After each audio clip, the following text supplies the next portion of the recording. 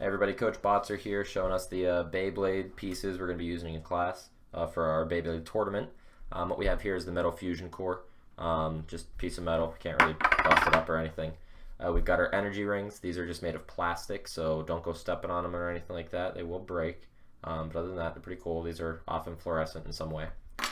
We've got precision points, which is just what the top is actually going to spin on. You can see it's got a little nub at the top there. We've got our point link up, which the energy or the point will just sit on this, and then this will link up to the bottom of the metal fusion disc.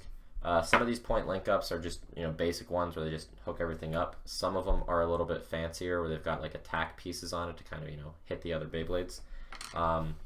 We've got our spirit bolt right here, which is just gonna connect down everything together, and then last but not least a bolt chuck to kind of tie it all in.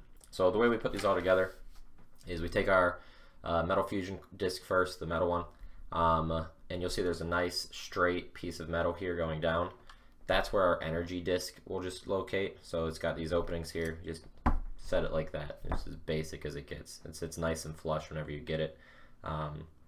After that, I like to put the precision point tip on the bottom of the link up.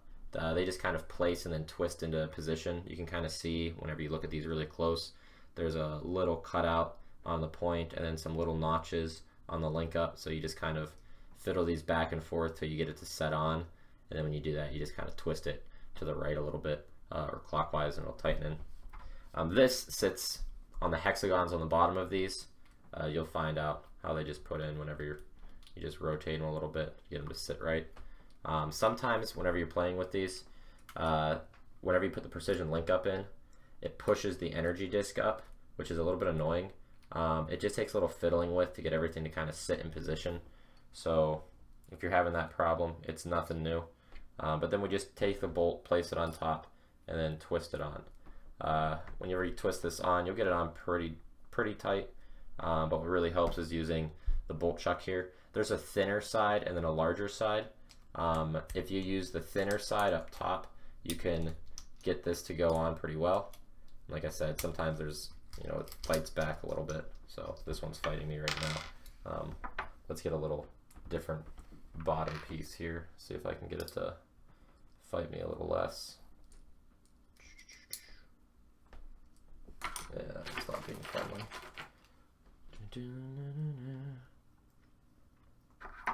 Maybe different disc.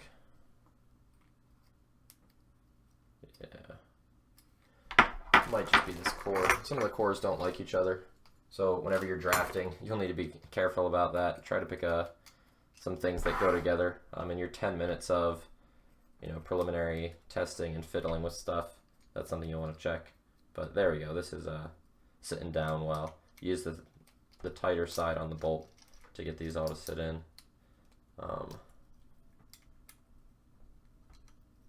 There, it sits in just like that. It's nice and snug.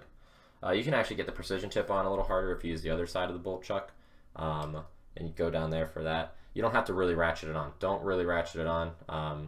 If you do that, you're going to strip the plastic. It's never going to come off. But if you're having trouble getting these on or off, using the larger side of the bolt chuck, not the one with the two little kind of grooves tucked into it, but the larger side, that'll help you get those off or tighten them down a little bit.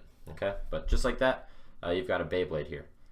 Whenever you place this onto your launcher, they like to kind of fall off. They're not the most sturdy pieces in the world, but you kind of want that because you want this whenever you spin it, just kind of fall off. That's the whole purpose of this. And a few notes regarding this whenever you are launching.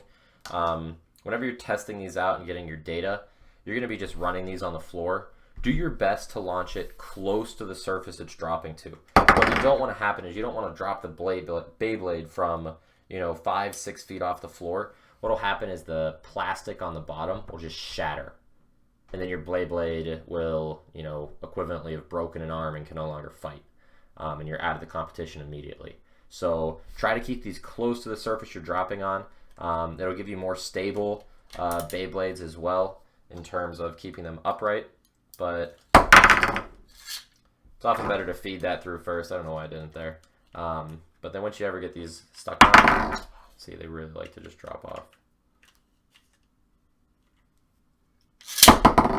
You can just rock them like that, and they'll spin. Naturally, if you pull harder, they'll spin faster. That's why you gotta let it rip.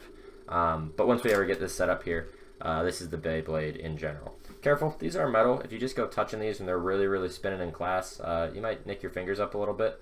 So be careful of that. If you need to slow them down, it's easiest to touch the top of them because this is just a piece of plastic up here. But be careful about that whenever you're doing this. Okay, so that was just a general overview of the Beyblades, what all the pieces are, how you can kind of take them apart real quick, and we'll see who's got the best build in class.